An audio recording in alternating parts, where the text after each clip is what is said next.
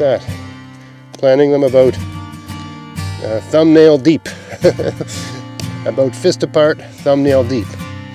So it doesn't take a lot of time or energy to put in a bean garden. It's probably one of the easiest gardens you'll ever plant.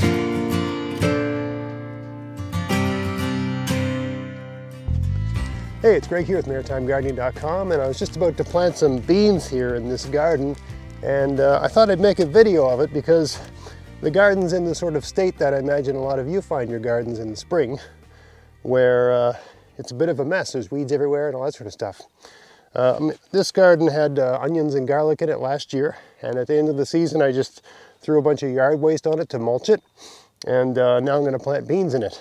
And I just thought I'd show how easy it is to make that happen. I had someone at work ask me the other day, you know, what's an ideal plant for the new gardener? And I said beans and potatoes, because they're easy to grow and easy to plant. So yeah, let's just get to work here, and I'll show you what show you my process. So step one here is, strangely enough, even though I'm a no-till gardener and I like to keep everything mulched all the time, step one is to pull this mulch off. So when you're planting something like beans, when they're young, beans are exceptionally vulnerable to slugs and snails. And you know, one of the, you know, while keeping your garden mulched all the time is a good idea and very good for the soil, it does create a fantastic environment for slugs and snails. They love that environment and they're around. And they're beneficial in certain regards because they're eating stuff and breaking it down in much the same way that worms do. But unlike worms, they will eat some of your plants. And they love young beans, especially like when the bean first emerges and it has its first two leaves, which are, it's critical that those first two leaves survive, because they're what gathers energy for the plant. The seed's energy, seed has energy in it. It puts out the first two leaves. Those two leaves gather energy from the sun and get everything else happening. So it's all about those two leaves and protecting them from their predators. And generally speaking, that's slugs and snails. For some plants it can be flea beetles as well, but I don't find them to be much of a problem for beans. I don't know why. Anyway, there's the mulch dealt with. Now I got all these weeds here. This is just a mustard green. I'm actually going to leave some of them to grow because I like them. They taste good. But it really is just me that likes them. They have a kale-like taste, I suppose, but sharper, mustardy. I like that, but I'm really alone in that in terms of my family. So yeah, they gotta go. I could leave them growing here, but they'll shade out the beans when they're growing, and that's not good either, right? So all I'm going to do is just, I mean, I'm not messing the soil up too much, but just, you know, the top couple inches here with this Dutch hoe, which I very, very rarely use, but in this instance here where I've got something growing that I don't necessarily want, I sort of want to chop it up and leave it there. You'll see where I'm going with this in a minute. Basically get those plants, set them back, cut them up, and take them out of the equation. I want this to be a bean garden, and I want the beans to get the real estate and sort of have control of the space. A little bit more mulch there. Throw that in with the mulch. All right, so that's pretty good. Now, oh, I forgot my rake. Back in a second. All right, so here I am with the rake. Just gonna give it a quick chop like this. Only takes a minute. Good exercise first thing in the morning. Really, the gardening and fishing is the only exercise I get. In the dead of winter, sometimes I'll do a little morning routine in the basement. But you know, I'd prefer to be outside doing something useful with my body as opposed to just doing push-ups and sit-ups. I mean, it's better than nothing, but I prefer my exercise to have some sort of purpose behind it in general. A purpose other than just being in shape. I like to stay in shape while I'm doing something. Anyway, all right, so there's that. So see, I'm not removing the foliage from those plants.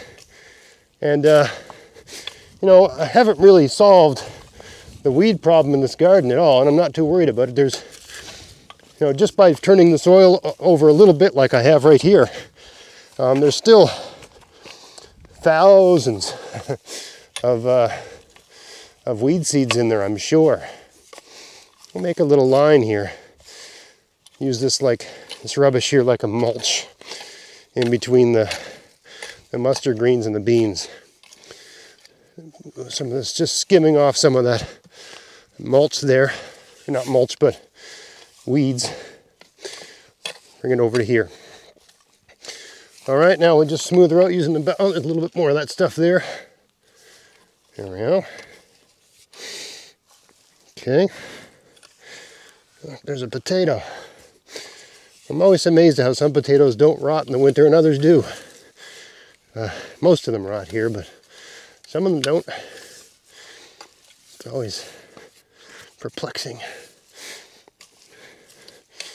Okay, so you notice I'm not organizing my soil into rows or mounds or anything like that. I have everything flat, always.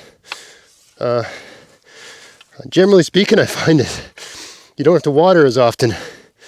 You know, some people mound their soil up into these mounded rows. I don't find that to be useful. It would be useful if you had a drainage problem, right? But I don't have that. This soil is at grade. It's not even people would call this a raised bed, but the soil level is exactly the same as the walking paths, right? So it's at grade. It's just basically a wood bordered garden. It's not a raised bed at all. This is not raised. Okay, we got that all set up. There we go. That didn't take long at all. Now, because there's probably a million weed seeds in this garden, it makes sense to do something to hold them at bay. And the simplest thing you can do is to simply let's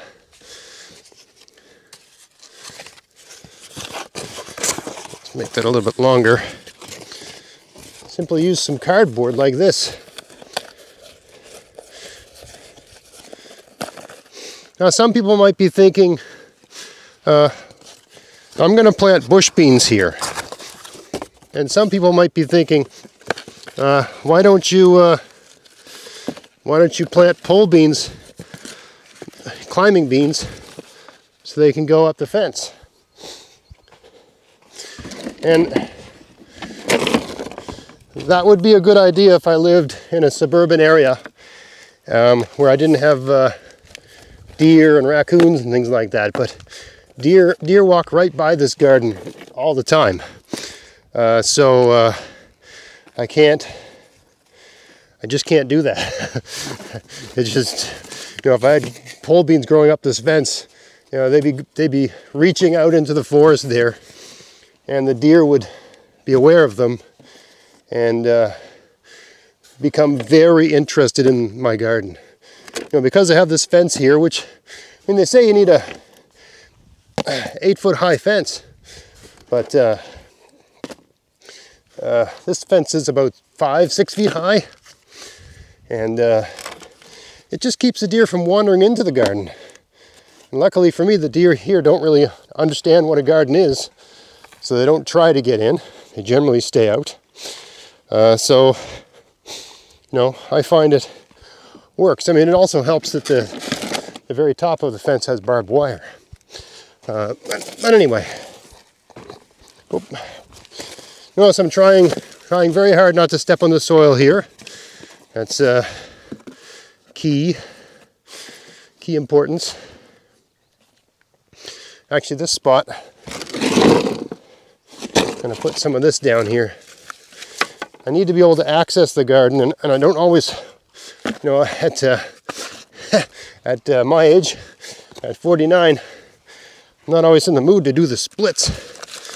So, but this year I can just step here and not compressing the soil too much, right? It'd be better to have a 2x8 or a 2x6 here as opposed to something that rolls.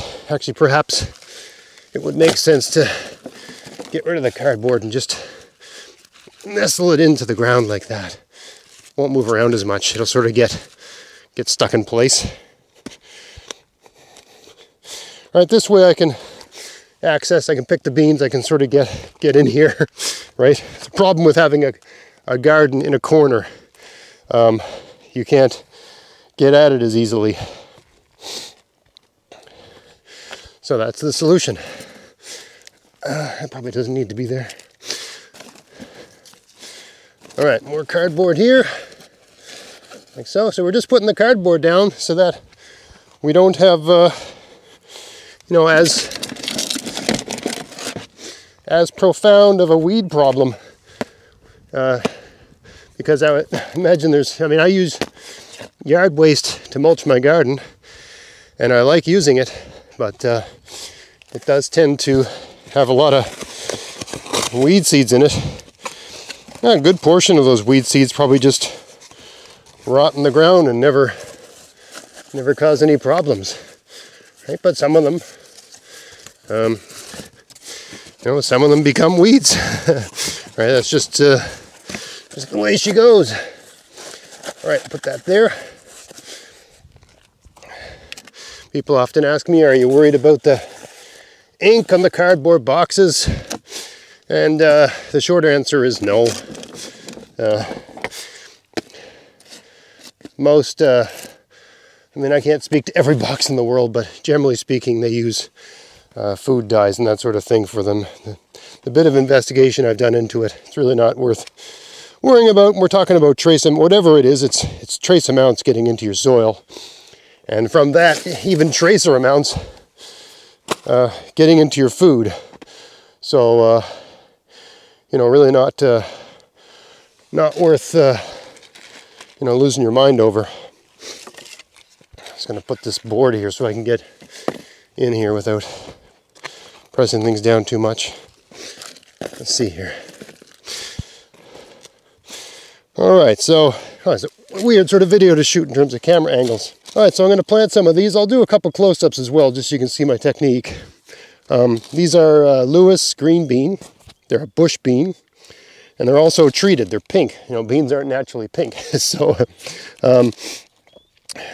treated, I mean, you can use treated seeds or untreated seeds, but the advantage of treated seeds, and they often cost the same. Sometimes the treated ones cost more, sometimes they cost the same.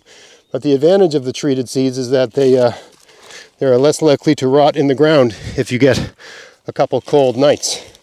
And there's ways to keep your soil a little warmer than normal. There's lots of different tricks you can use, like putting clear plastic over it or whatever, which I'm probably going to do here. But anyway, I mean, all I do is I put the bean in the ground at a depth that's, I basically put it at the end of my thumb and push it down until the soil level is around the top of my thumbnail. And I plant them about a fist apart. So I tend to use my body as a gauge. Handspan, you notice the rows are about one of my handspans apart. I'm planting these about a fist apart. I mean, it depends on what you're planting. Some things need a lot more space than others. But for beans, I find this spacing works. And you just put them in and then you just rub your hand over the soil like that. That's done. Aside from needing a little water. All right, so let's do another row here. All right, so 1, 2, 3, 4. I'm just using the existing soil. This garden performed, for the last 2 years, this garden has performed poorly. And I'm just using the existing soil here, which is very clay soil in general. But you know, every year it gets a bit more organic matter. And beans are an ideal thing to plant if you're getting poor results because they can get their own nitrogen out of the air. All right, so I got that done there. Let me bring the camera in and show you up close what I'm doing. You see any weeds or stuff growing, you just throw it on top of the cardboard. It'll just bake in the sun and die and eventually become mulch. All this cardboard will gradually, you know, rot and disappear. But yeah, all I'm doing is just using my thumb, like that. Planting them about thumbnail deep. About fist apart, thumbnail deep. So it doesn't take a lot of time or energy to put in a bean garden. It's probably one of the easiest gardens you'll ever plant. There we go. Just run your hand over it like that to fill the holes back up. That's all that's required. Easiest garden. And these treated seeds, yeah, they'll... I mean, some people get bent into shape. Oh, those have chemicals on them. Yeah, I'll tell you exactly what chemicals they have on them. These are all things you can look up. Apron, Captain, Cruiser, Dividend, Theorem, and Vitavax. Okay, that's all the different things they've been treated with. I don't know what those things are. My guessing is that they're mostly antifungal treatments for various diseases that beans are susceptible to.